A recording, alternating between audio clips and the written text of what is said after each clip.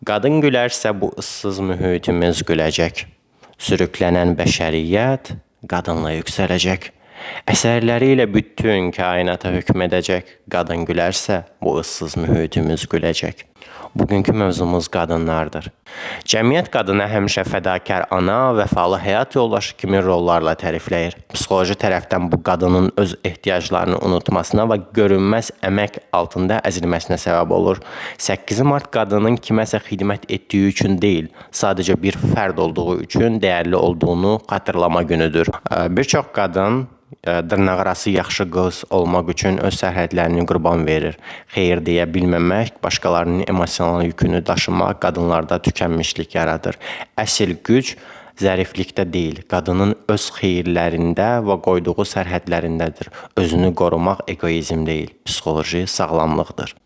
Biz adətən qadınları gözəlliyi və yaxud da mətbəx bacarıqları ilə tərifləyirik. Amma onun intellektual kapitalı, qərar vermə qabiliyyəti və iradəsi çox vaxt arxa planda qalır.